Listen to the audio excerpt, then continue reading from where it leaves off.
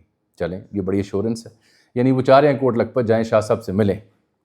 اب دیکھنا یہ ہے کہ ان کی ملاقات، میں اس کمیٹی کو جو نیشنل ڈائلاگ کمیٹی ہے، اس میں کتنا کانٹینٹ اور میٹ ہے، اس کو اگر آپ نے جج کرنا ہے کہ محرکات کیا ہیں، کتنا ان کے پاس وزن ہے، تو اگر ان کی کوٹ لکھپت والوں سے ملاقاتیں ہونا شروع ہو جائیں تو پھر آپ خود سمجھدار ہیں، اور اگر وہ ملاقاتیں نہ ہوں تو سمجھیے گا فی الحال یہ ایٹ دیئر اون انیشیٹیوز ہیں جو یہ لے رہے ہیں، ریلیونس کے لیے بھی، معاملہ فہمی کے لیے بھی، اور کچھ اچھی باتیں کرنے کے لیے بھی۔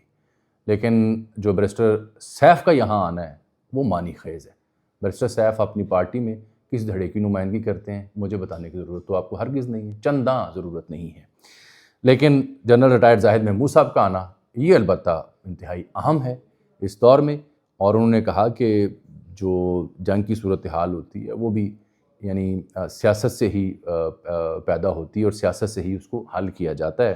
حل جو ہے وہ مل بیٹھنا ہے۔ بڑی عقل کی انہوں نے وہاں بات کی جو سنی گئی اور سنائی بھی گئی۔ وسیم اختر صاحب آئے ہوئے تھے MQM کے، انہوں نے بڑی اچھی گفتگو وہاں پہ کی۔ شیر افضل مروت آئے، شیر افضل مروت نے پھر بلانگے کڈے، انہوں نے کہا جی کہ اس ملک کو یہاں تک پہنچانے کی ذمہ دار PTI ہے۔ مروت صاحب نے یہ الزام عائد کیا ہے۔ مجھے کمنٹس میں بتائیے کہ مروت صاحب کے الزامات آپ کو کیسے لگے۔ وہ کہتے ہیں کہ PTI آج بھی میری پارٹی ہے، آپ نون لیگ، ANP یا پیپلز پارٹی کے ساتھ کیوں نہیں بیٹھ سکتے؟ آپ کو فواد چوہدری سے کیا تکلیف ہے؟ کوئی ایک منطق تو دیں۔ یہ میں نہ مانوں نے پارٹی کو اس حال تک پہنچا دیا ہے۔ جناب شیر افضل مروت صاحب کا یہ سٹیٹمنٹ جو میں نے آپ کو بیان کیا۔ وسیم اختر کی سٹیٹمنٹ سنیے، وہ کہتے ہیں 1988 میں جو وزیر اعظم بننا چاہ رہا تھا نا، وہ آج بھی بننا چاہ رہا ہے۔ 40 سال ہو گئے، کچھ تو خدا کا خوف کرو، کہاں لے آئے ملک کو۔ یہ بات بڑی دم والی ہے، اچھی بات کی انہوں نے۔ اور شاہد خاقان عباسی کا بیان بھی میں نے آپ کو دے دیا ہے۔ تو ایک خبر میں ان پہ جاتے جاتے دے دوں، وہ آپ کو یاد ہے میں نے ونڈر بوائے والی کہانی ڈسکس کی تھی، سہیل وڑائے صاحب کا کالم۔ ایک دن میں نے کالم ڈسکس کیا تھا، اگلے دن میں نے پھر بتایا کہ جی ذمہ دار جو ذرائع ہیں وہ کیا خبر دے رہے ہیں۔ میری تو خیر کچھ سفارتی حلقوں سے بات ہوئی تھی، میں نے ذکر بھی کیا تھا کہ ایک اہم ملک کے سفیر سے میری بات ہوئی جنہوں نے بتایا تھا کہ وہ بڑے کمفرٹیبل ہیں ابھی جو اس وقت پاکستان کی سسٹم ہے، یعنی سپہ سالار ہوں یا وزیر اعظم پاکستان ہوں، ان کے ساتھ بڑا کمفرٹیبل ہے، وہ سمجھتے ہیں کہ بڑا آئیڈیل کمبینیشن ہے۔ یہ میں نے رپورٹ کیا، آن ریکارڈ پڑا ہوا ہے، اور یہ پہلی بار نہیں کیا تھا، اس سے پہلے بھی 6 ماہ پہلے بھی میں نے یہ بات کی تھی معلومات کی بنیاد پہ۔ تو آج خبر اسی اخبار میں جہاں وڑائے صاحب کا کالم چھپا تھا، وہاں انصار عباسی صاحب کے توسط سے چھپی ہے کہ کوئی ونڈر بوائے نہیں آ رہا، وزیر اعظم اور فیلڈ مارشل کے تعلقات پرفیکٹ ہیں۔ مجھے دیجیے اجازت، رب دے حوالے۔